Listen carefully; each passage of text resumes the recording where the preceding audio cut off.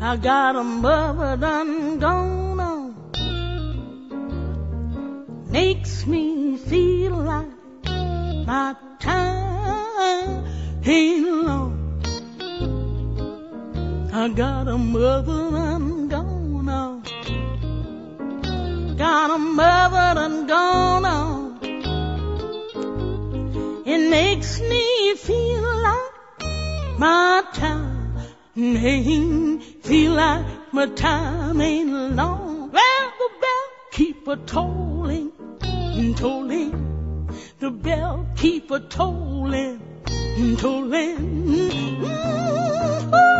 Make me feel like my time ain't long. No, the bell keep a tolling, child. The bell keep a tolling. It makes me feel like my time ain't long. Well, I got a father gone on. I got a father gone on. Makes me feel like my time ain't long. Father and gone on. Father and gone on. Make me feel like my time ain't long. Ooh, hearse keep a rolling, rolling. The hearse keep a rolling, rolling, and that make me feel like my time ain't long. Lordy, Lord, well, the hearse keep a rolling, rolling. The hearse keep a rolling. Keep me feel like my time ain't no long. As I traveled on my journey, few and far between, were the pilgrims I found faithful to their love. Welcome to Plain Talk About Life in the Bible. Tonight we're going to get our heroes, one of them killed, faithful, and we're going to get Christian through Vanity Fair and on to his next adventure. And I hope you've enjoyed this section because it means a lot to me. Before we go, I want to kind of think about the names of these people who become the lords of this world.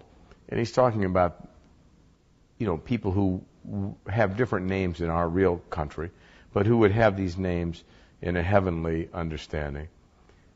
And he says, "For ye have railed on our noble prince Beelzebub." They accuse these men of speaking against the system of this world, and they have. "And has spoken contemptibly of his honorable friends." Now here's his honorable friends. "Lord Old Man, Lord Carnal Delight." I was thinking how the other night I was in a little tavern in New Berlin eating, and I was thinking of how people have been trained by the television, I guess, to just be generally crude. You see women in there now who are 65 or 70 years old, and the minute one of these 22-year-old guys shouts some obscenity, they're okay and laughing at it. I don't know when that became okay. I just know it happens, and if you don't speak up against it, you just get overrun by it. And I was thinking, how did all this lewdness, you'll hear these people, and there'll be, a 50-year-old woman who, works at a food supplier or something, and she'll be talking to her friends, and they'll be making, just lame but dirty jokes. And you're thinking, how did this happen? When I was 20, if you blurted out an obscenity in the presence of a woman who looked like a lady, you would immediately apologize. And today, I think we've just gotten to where there are no ladies. Something's gone wrong. It's certainly not a change for the better. And part of it is that Christians permit it. How do we permit it? when those guys speak up like that, and you're the stranger in the room, you need to speak up and say, you know, I wish you wouldn't do that. Just that will make them maybe dislike you. Sometimes it humbles them when you say, no, I really wish you wouldn't do that. I don't think anybody needs to hear that, but especially these ladies.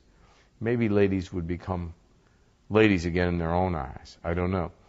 The other one that bothers me here on my own list is the Lord luxurious. He's one of the people who reigns in this world. I've spent most of my life trying to gain luxury. Now it seems like a fool's errand to me, but for the first 50 years of my life it sure didn't. Just gaining luxury seemed like that was a normal thing. You know why? Everybody in the world wants it. Luxury and ease. Yeah, I thought just like everybody else. That should have been my first clue there was something wrong with my thinking. Christians don't think like everybody else. You notice our heroes here aren't interested in luxury, and they're not interested in ease. They aren't interested in this world's goods. It's what gets them in trouble. No wonder the people don't put me in the stocks. I think just like them. I've always wanted luxury and ease, and I just took them for granted that those were good things. Now I can see, well, there's nothing that makes them good things. They normally put you to sleep, and then you get your mind numbed for going to heaven. Remember the list last week of the Apostle Paul's sufferings in 2 Corinthians 11. Beaten with 5 times 39 stripes, rods 3 times, shipwrecks 3 times. I mean, you see these things, stoned and left for dead. He didn't have much time for ease and luxury. So he didn't fit in this world, and he didn't care for ease and luxury. He was running a race to get to the end of his days and to go home.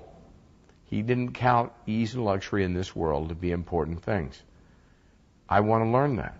I hope you do. Ease and luxury, which we all seem to nod are fine things, are not necessarily fine things. I'm not telling you they're wicked things. They're just not important things. They're not as important as we've made them. And the reason you can tell it is that everybody in the world values them very highly. When people in the world value ease and luxury, your first guess is that you shouldn't. Okay? Now, vainglory. The Lord desire of vainglory is one of the other guys who's the ruler in this country in Vanity Fair. Vainglory. Listen, if you want to be famous, which we all have been sold on, otherwise there couldn't be a Dancing with the Stars or American Idol or any fame. What in the world is fame? As Pope said, it's on the breath of dying men. It's something you can't even keep while you're in this world. Consider Mark McGuire, who was so famous a few years ago. Now, he's the scum of the earth, or Sammy Sosa, or 100 of these would have been, should have been, could have been, were movie star types. You can't even keep your fame very long in this world. So why would you want to set it as a goal? Mr. Desire for vainglory. Listen, it is vainglory. It's all about you, and it means nothing. The people who cheer you today will boo you tomorrow. Better off to play for that pair of eyes in heaven that will be the judge of what you do. If he applauds, you're fine. If he frowns, you're not. Better to think about that. And then old lechery, Lord lechery. As I was saying, if there was ever an age besides the Roman Empire times when Lord lechery seems to rule, it's now. You'll hear perfectly sane women announcers on the radio laughing at jokes. If you don't think so, if you're in Chicago, listen to 670 The Score for 5 minutes, and they'll say some things. You just can't listen to it. You can't talk about baseball without them making fun of an intern or saying something lewd to the intern. I'm done with all of that, and you need to be. It's sickening, and it's just stupid. And if you're enduring it in your workplace, you're doing the wrong thing. You need to be a light in the darkness and say something. Tell them you don't appreciate it, you don't want to hear it, and you don't care what they think about it. That would be wiser. And then here's the last one, Sir Having greedy. My goodness. If you're sitting anywhere, eating dinner, sitting in a pub, sitting in Starbucks and you start a conversation or listen to one at the next table, you'll find that about half the conversations are about greed. And most people don't even blush. Greed is like, I got a better deal and I did this and we made more money last year than we did, blah, blah. It's all about what they're owning, how much they're gaining, and how much smarter they are than everybody else. And I'm just listening thinking, well, I don't know who's going to own it after you, but whatever you own now is not going to be yours. You're so greedy for it. You're sacrificing your life.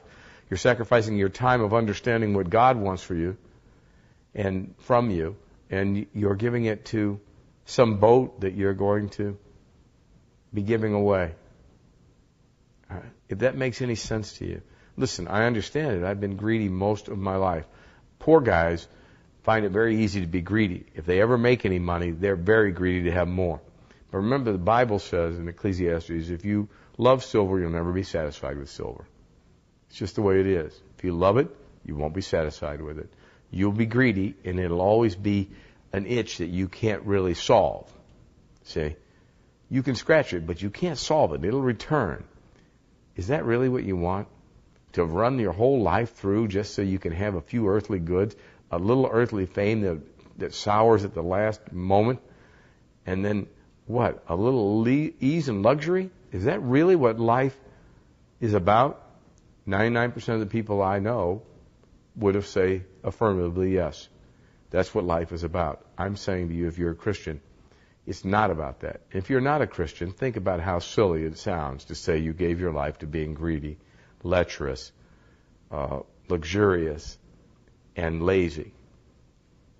Is that really what it is? Yeah, when I say it like that, it doesn't sound quite so appealing. Remember what Thomas Watson said. It's very hard to make godly people happy because I can't focus you enough on the next world where you'll be very happy. And it's hard to make ungodly people unhappy. Why? They're blind. They really do want. It's all about ease and luxury and lecherousness and greed and fame. Big deal. Think how silly that sounds that you've given your whole life to that and you're teaching your children to give their lives to it. It's foolishness. When we come back, we'll see the very end of our man faithful. Thanks.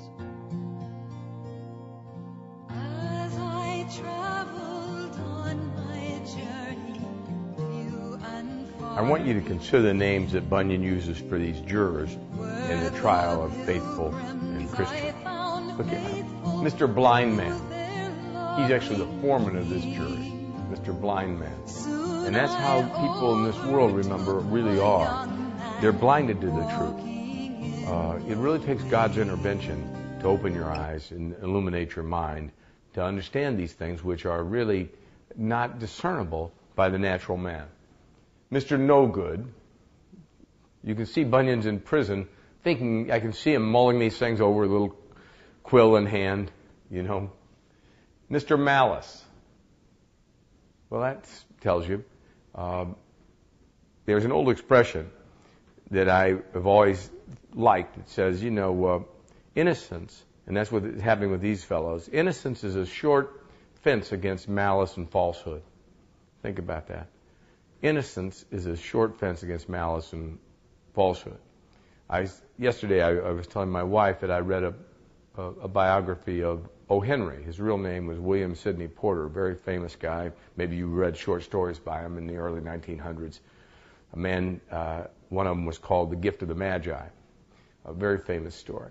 But O. Henry himself, William Sidney Porter, he started using that name because he went to prison. He was charged with embezzling from a bank, and the guy who was making the case for him showed that the evidence, one of the things he was convicted of actually took place after he was no longer working for the bank for 3 months. Still, they convicted him of it. Why? Well, innocence is often a short fence against malice and falsehood in this world. And they had the opportunity to have somebody testify falsely that he had done this, even though he couldn't possibly have done it. He wasn't even in the same city.